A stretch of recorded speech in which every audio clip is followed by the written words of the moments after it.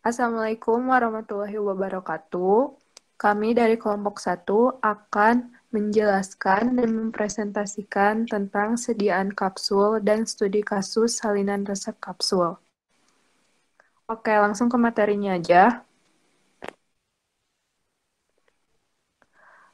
Pengertian dari sediaan kapsul menurut Farmakope Indonesia 3, kapsul adalah bentuk sediaan obat terbungkus dalam suatu cangkang kapsul keras dan lunak. Sedangkan menurut Farmakope 4, kapsul adalah sediaan padat yang terdiri obat dalam cangkang keras dan lunak yang dapat larut. Cangkang umumnya terbuat dari gelatin, tetapi juga dapat terbuat dari pati atau bahan lain yang sesuai. Jadi kesimpulannya, sediaan kapsul itu merupakan sediaan obat yang bisa terbuat dari cangkang kapsul keras ataupun lunak. Oke, selanjutnya. Persyaratan kapsul menurut Farmakope Indonesia 3, yang pertama itu ada keseragaman bobot. Jadi, kapsul itu harus memiliki bobot yang sama antara satu kapsul satu dengan satu kapsul yang lainnya. Terus waktu hancur. Nah, waktu hancur digunakan untuk menguji kapsul keras dan juga kapsul lunak. Nah, sesudah itu ada keseragaman sediaan. Keseragaman sediaan juga harus sama seperti sediaan kapsul yang lainnya, antara satu dan yang lainnya. Terus yang keempat, ada uji disolusi. Pada uji disolusi, tidak berlaku untuk kapsul gelatin lunak, kecuali bila dinyatakan dalam masing-masing monografi. Selanjutnya yaitu macam-macam kapsul. Macam kapsul berdasarkan konsisten dibagi menjadi dua, yaitu kapsul cangkang keras. Nah, terdiri atas bagian wadah dan tutup yang terbuat dari metil selulosa, gelatin, pati, atau bahan lain yang sesuai. Pada biasanya, cangkang kapsul ini diisi dengan bahan padat atau serbuk, butiran atau granul, campuran serbuk cenderung meleleh, dapat disisihkan ke dalam kapsul cangkang keras jika digunakan absorben seperti MgCO3 atau silikon dioksida. Yang kedua yaitu kapsul cangkang lunak. Cangkang kapsul lunak ini berbentuk bulat atau silinder atau bulat telur yang dibuat dari gelatin. Kadang disebut gel lunak atau bahan lain yang sesuai. Biasanya lebih tebal dibandingkan dengan cangkang keras dan dapat dipastisasi dengan penambahan senyawa poliol seperti sorbitol atau gelatin. Yang kedua yaitu berdasarkan cara pemakaiannya. Pertama yaitu per oral, yang kedua yaitu per rektal, ketiga per vaginal, dan yang terakhir topikal. Bahan-bahan cangkang kapsul. Yang pertama yaitu gelatin, karena pada umumnya cangkang kapsul terbuat dari gelatin. Gelatin ini merupakan zat padat yang didapatkan dari kolagen. Nah, kolagen merupakan sejenis protein yang terdapat pada tulang kulit atau jaringan pengikat. Pada umumnya, gelatin diambil dari tulang sapi atau kulit babi. Gelatin memiliki sifat yang stabil di luar tubuh dan dapat mudah larut dalam tubuh. Pembuatan cangkang kapsul yang memenuhi standar tidak menimbulkan efek bahaya pada tubuh jika dikonsumsi terus-menerus.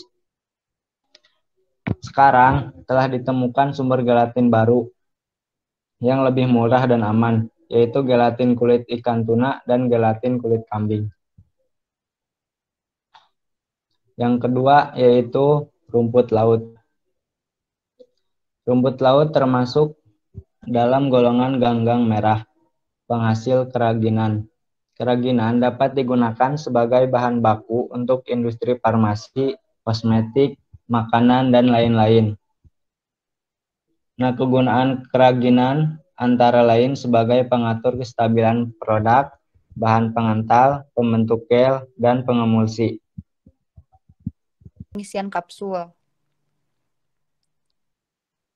Nah, untuk pengisian kapsul sendiri itu ada beberapa metode. Metode yang pertama itu dengan menggunakan tangan. Cara ini merupakan cara yang paling sederhana karena hanya menggunakan tangan tanpa menggunakan alat sebelum memasukkan serbuk ke dalam kapsul. Terlebih dahulu tangan harus dicuci. Nah, pembersihannya sendiri itu seperti persiapan peracikan pada umumnya. Kenapa harus dicuci? Yaitu untuk mencegah petugas mengalami alergi yang disebabkan oleh obat tersebut. Sebaiknya gunakanlah sarung tangan. Selain itu juga untuk menghindari adanya kontaminasi terhadap obat tersebut. Nah, selanjutnya yaitu langkah-langkah yang dilakukan untuk memasukkan obat ke dalam kapsul dengan tangan. Yang pertama, obat pertama itu diracik seperti meracik obat serbuk. Lalu yang kedua, timbang dan bagilah obat sesuai dengan jumlah yang diinginkan oleh dokter. Nah, cara ini juga dilakukan dalam pembuatan serbuk. Lalu yang ketiga, tiap serbuk dimasukkan ke dalam kapsul. Usahakan agar ukuran kapsul sesuai dengan isi serbuk. Yang keempat, apabila serbuk yang tadi dimasukkan masih ada sisa, sentuh dengan sedikit tekanan bagian ujung kapsul. Lalu balikan kapsul tersebut ke arah kertas perkamen yang berisi serbuk. Nah, membalikannya itu harus langsung menuju kertas perkamen. Usahakan serbuk yang ada di dalam kapsul tidak terbuang. Lalu yang kelima, setelah mulut kapsul menempel pada kertas, tekan ujung kapsul. Angkat sedikit, lalu segera tempelkan lagi pada serbuk yang masih tersisa di kertas. Lalu yang terakhir, tutuplah kapsul agar serbuk yang sudah dimasukkan tidak keluar kembali.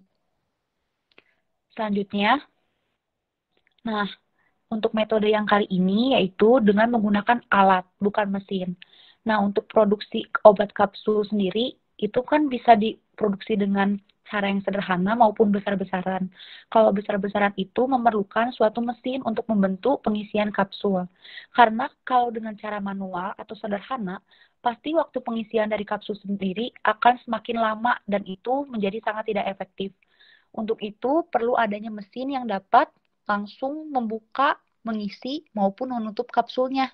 Mesin ini juga biasa digunakan untuk buatan kapsul lunak atau disebut soft capsule yang tidak akan bisa digunakan dengan dua cara di atas. Adapun mesin yang digunakan beragam sesuai dengan kebutuhan industri. Oke, selanjutnya membahas tentang keuntungan dan kerugian sediaan bentuk kapsul. Mari kita bahas mulai dari keuntungan sediaan bentuk kapsul terlebih dahulu. Nah, keuntungan sediaan bentuk kapsul yang pertama itu bentuknya menarik dan praktis. Kenapa dibilang menarik? Ya menarik karena bentuknya lonjong sedikit panjang, terus ada yang memiliki dua warna seperti warna putih ataupun warna merah. Dan praktis, ya praktis karena di serbuknya itu di dalam kapsul, beda dengan serbuk pagi ataupun serbuk tabur. Nah, kalau misalnya kita pas mau minum atau pas mau pakai, bersin, hilang deh serbuknya. Yang kedua, cangkang kapsul tidak berasa sehingga dapat menutup obat yang sangat pahit, berbau, dan tidak enak. Nah, kan rata-rata obat itu pahit. Nah, kalau misalnya pakai kapsul, obatnya atau serbuknya itu di dalam kapsul, jadi tidak terasa pahit. Yang ketiga, mudah ditelan dan cepat hancur atau larut dalam pelarut sehingga obat cepat diabsorpsi. Nah, ini adalah salah satu keuntungannya karena kapsulnya terbuat dari gelatin, mudah hancur, langsung mudah ditelan di tenggorokannya, beda dengan serbuk-serbuk. Nah, yang keempat, dokter dapat mengkombinasikan beberapa macam obat dan dosis yang berbeda-beda sesuai kebutuhan pasien.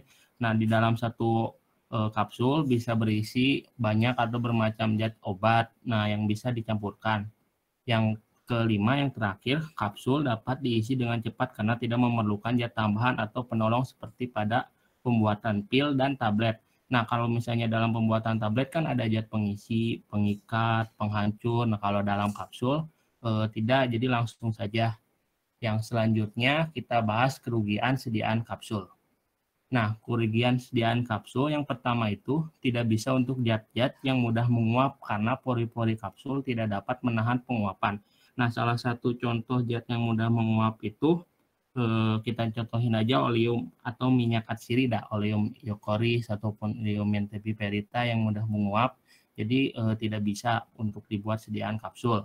Yang selanjutnya tidak bisa untuk zat-zat yang higroskopik menyerap lembab. Nah, yang contoh-contoh zat-zatnya itu ada madu, gliserin, etanol. Nah, kenapa tidak bisa? Karena menyerap air. Kalau misalnya kapsulnya berair jadi lembek, nah jadi tidak bisa digunakan. Yang ketiga, tidak bisa untuk zat-zat yang dapat bereaksi dengan cangkang kapsul. Nah, yang dapat bereaksi dengan cangkang kapsul kayak misalnya alkohol itu kan menguap, nah, bereaksi dengan cangkang kapsul, jadi tidak bisa. Yang keempat, tidak bisa untuk balita, ya karena memang kan balita tidak bisa menelan kapsul, jadi tidak bisa untuk sediaannya. Yang terakhir, tidak bisa dibagi-bagi karena dalam ini adalah salah satu kerugiannya karena dibuat kapsul, mungkin kalau untuk bisa dibagi-bagi itu serbuk bagi. Nah, next. Selanjutnya itu ada serbuk dalam kapsul. Yang pertama itu serbuk yang akan dimasukkan ke dalam kapsul terlebih dahulu dicampurkan, dihaluskan dan dicampurkan homogen, lalu dibagi sejumlah kapsul yang akan dikehendakinya. Lalu setiap bagian dimasukkan ke dalam cangkang wadah. Setelah semua campuran serbuk masuk, lalu wadah ditutup. Untuk menghilangkan sisa-sisa serbuk di bagian luar kapsul, maka dibersihkan dengan kapas atau kain bersih. Untuk di apotek, kapsul cangkang keras diisi dengan tangan sehingga membutuhkan waktu yang lama dalam penyiapannya. Saat ini sudah terdapat alat pengisi kapsul secara manual yang bisa digunakan di apotek juga ataupun klinik maupun rumah sakit. Yang pasti penggunaan alat ini tentu saja mempercepat penyiapan obat kapsul. Untuk selanjutnya, selanjutnya ada studi kasus salinan resep kapsul. Nah, sebelum ke studi kasusnya, kita harus tahu apa itu sih salinan resep.